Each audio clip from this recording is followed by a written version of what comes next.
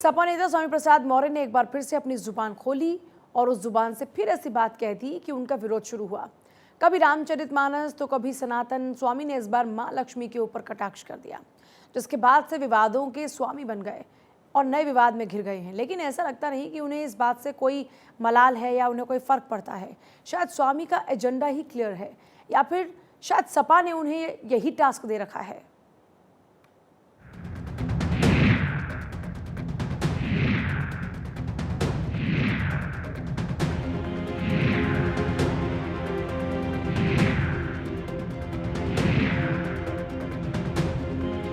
पूरा देश दिवाली मना रहा था, मां लक्ष्मी की पूजा कर रहा था, लेकिन स्वामी को यह मंजूर नहीं था। चार हाथ वाले लक्ष्मी की पूजा क्यों, घर वाली की पूजा क्यों नहीं? दिवाली की रात स्वामी प्रसाद मौर्य एक्स पर जब ये पोस्ट कर अपने आईक्यू का परिचय दे रहे थे, उस वक्त शायद ये भूल गए थे कि भारतीय समाज में महिलाओं की वही हैसियत है जो वे बताना चाह रहे हैं। उन्हें घर की लक्ष्मी ही कहा जाता है, लेकिन उन्हें तो सनातन पर सवाल करना था, उन्हें तो मां लक्ष्मी की आलोचना करनी थी, उन्हें हिंदुओं की आस्था को ठेस पहुंचाना था, उन्हें तो पॉलिटिकल माइलेज लेना था।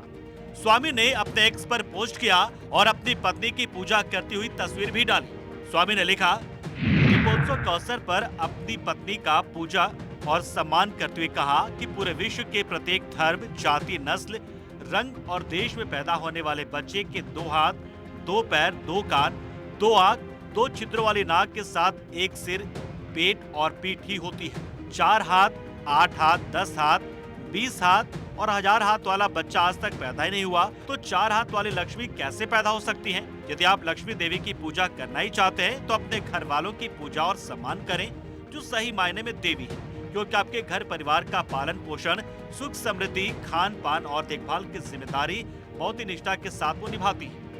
स्वामी के इस पोस्ट पर आलोचना का दौर शुरू हो गया। सोशल मीडिया पर वो जबरदस्त तरीके से ट्रोल होने लगे। कांग्रेस नेता आचार्य प्रमोद कृष्णम समेत कई लोगों ने स्वामी प्रसाद मौर्य के इस बयान पर कड़ा ऐतराज जताया।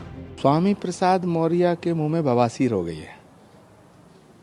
स्वामी प्रसाद मौर्य जी को इलाज की बहुत जरूरत है। मैं योगी आदित्यनाथ जी से कहूंगा कि उनके बोलने पे पाबंदी लगाएं। कोई भी या किसी से कुछ मांगता है, इष्ट को अपने प्रसन्न करता है, तो उसकी एक मंशा होती है। उसको क्या चाहिए? या तो धर्म चाहिए, या तो अर्थ चाहिए, या तो काम चाहिए, या मोक्ष चाहिए। सबको तो धन चाहिए भी नहीं, किसी को धन चाहिए तो मोक्ष नहीं चाहिए। तो उसी प्रकार से जो पुरुषार्थ है उसके प्रतीक है मां लक्ष्मी के 4 हाथ। स्वामी प्रसाद मौर्य जी को समझना चाहिए।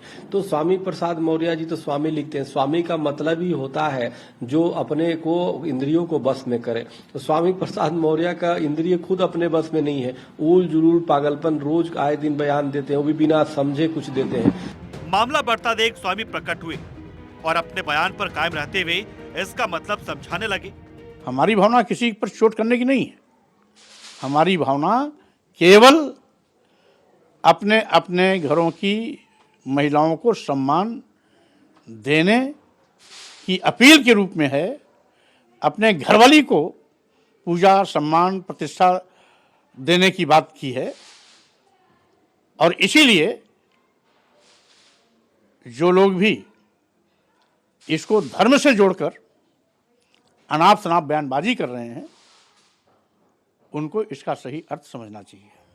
सनातन पर स्वामी ने कोई पहली बार ऐसी टिप्पणी नहीं की है, पहले भी कई बार वैसा कर चुके हैं। राजनीतिक जानकारों का मानना है कि स्वामी का ये बयान 2024 के मद्देनजर ही है, क्योंकि इंडिया गठबंधन से इतर ये सपा का प्लान बी हो सकता है, जिसमें वो अपने पीडीएफ फॉर्मूले के साथ एक बार फिर से माई समीकरण की ओर वापस लौट सकते हैं। लेकिन इन सब के बीच कहीं वो हिंदू वोट खो ना दे, इसलिए समाजवादी पार्टी हिंदू मतदाताओं को आस्तिक और नास्तिक में, या शायद हिंदुत्व और सॉफ्ट हिंदुत्व में बांटकर एक नया वोट बैंक गढ़ने की जुगत में हो, जिसकी जिम्मेदारी स्वामी प्रसाद मौर्य जैसे नेताओं के पास है, जो अपने बयानों की वजह से हमेशा चर्चा में रह तो रहे हैं, लेकिन कहीं सपा और सपा सुप्रीमो अखिलेश के लिए भस्मासुर ना बन जाए।